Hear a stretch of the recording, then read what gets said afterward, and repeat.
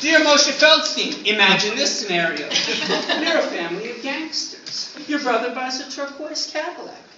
You put on a ski mask, jump your brother in an alleyway, and jack the car. You cruise to town. In the turquoise Cadillac, you cruise to town. You stop to order a chopped liver sandwich. You order. A rival gangster slides under the car, plants an explosive. All of a sudden, a taxi. Who's in it? Your brother riding a taxi because you stole his Cadillac. Stops the car. You're ordering a chopped liver sandwich. Throws the cab U20, jumps out, breaks into the car. You're in the restaurant ordering a sandwich. Your brother sitting in the Cadillac. Under the hood, an explosive. Pops out the panel, hot wires the car. It starts. The car explodes. Your brother, I ask you, was he living his own life? What is a human? Something which begins as nothing, turns into a star, turns into a fish, turns into an ape, turns into a brain, hooked up to some kind of machine, turns into scrap metal, transforms into nothing, turns back into a star. You know when you're by the ocean, walking on the sand, the water laps at your feet.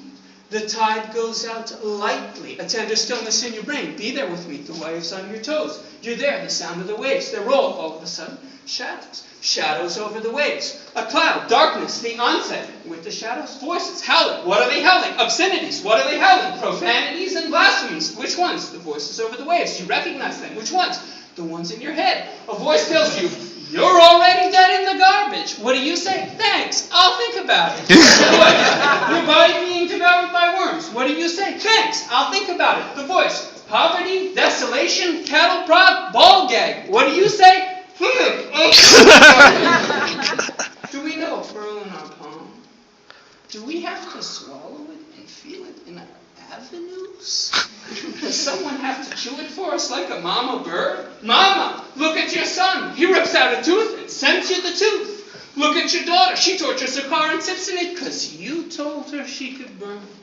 Father, tongue-tied and ancient, you led your people to the damn banks. I dug up the treasure you buried, and it was hundreds of yellow pages covered with numbers. The little old woman, offensive. In this scenario, I didn't make this up. We worked for this. A man is walking by a frozen river. On the surface, a fish gurgling. Something is caught in its throat. He thinks to himself, am I the man who reaches into the unlikely throat of a fish? Pries open the jaws, takes care for the teeth. What does he find in it? Gold leaf paper scratched with an unreadable message. What did he learn? Does he know more now, or when we only dreamed of knowledge? What did we learn in school? Triangles, shame, and disease. Napoleon started Coca-Cola. The French Revolution became Coca-Cola. Listen, you hear that? Silence. What is silence? I'll tell you. No, I'll describe it to you. Imagine this scenario. There is a grasshopper king. His kingdom buzzes with ants. The ants come in and deliver messages. Ant after ant. The king is in agony. He blocks one door, the ants find a second. He blocks two doors, the ants find a third. He blocks every door, the ants dig a door. The king is in agony. He gives bribes. He's the king, and he gives bribes. The little old woman, shameful. The king has an idea. He puts on an ant mask and delivers messages with the other ants. He gives an ant a mask of his face and has it sit on the throne. He delivers the message to the ant wearing a mask of his face. Finds himself alone. No messages. He hears something. What does he hear? Silence. What does silence sound like? The sound of someone impersonating you wearing a mask of your own face.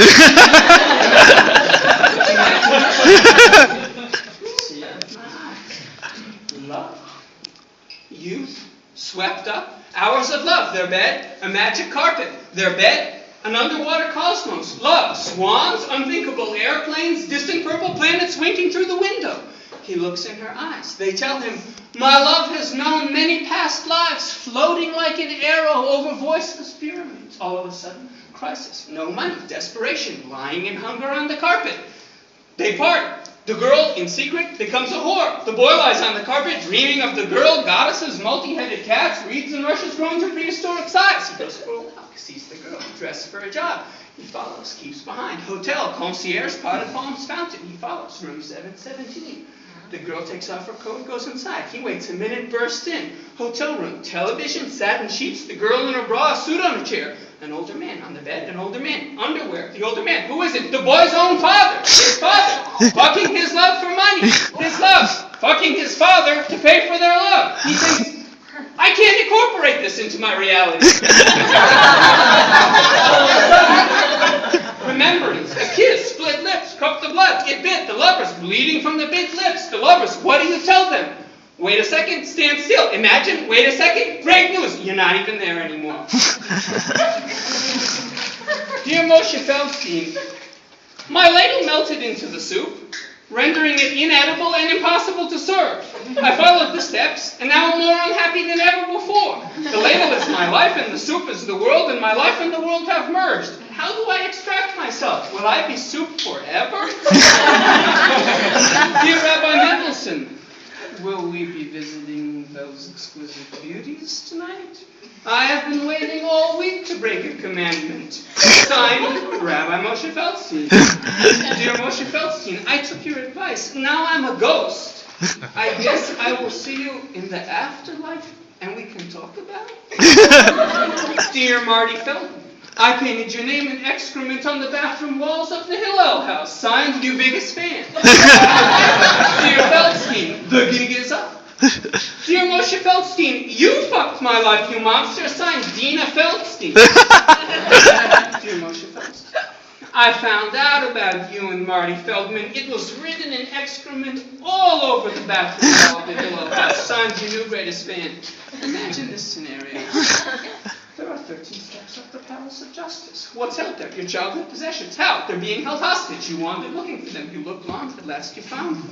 You approach the steps. 13. See it with my eyes. Hanging out the window, a rope ladder made of ratty blankets. Your childhood possessions. They escaped. But where did they go? They didn't leave a note. You don't know where they've gone. Is everything lost? Where is the dump? Where will we know again the best jokes in our repertoire? Who tattoos your words of love on her thigh? You tattooed a piece of paper and called it a book. Oh, you wrote a book? What was your book about? How I punched my father in the face and enjoyed the fruits of my labor. What was your book about? How I tore my heart with a tooth to see if it had value.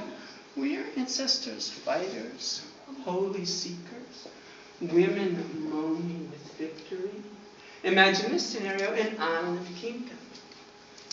Along the coast, lines of ships, midnight blue sails. On a hill, a palace. In the garden, the king's daughter. Imagine, on her neck, opals. All around her, peacocks. See it with my eyes. Walls inlaid with lapis lazuli, a silver fountain. Unheard of music, violins like birds the peacocks call.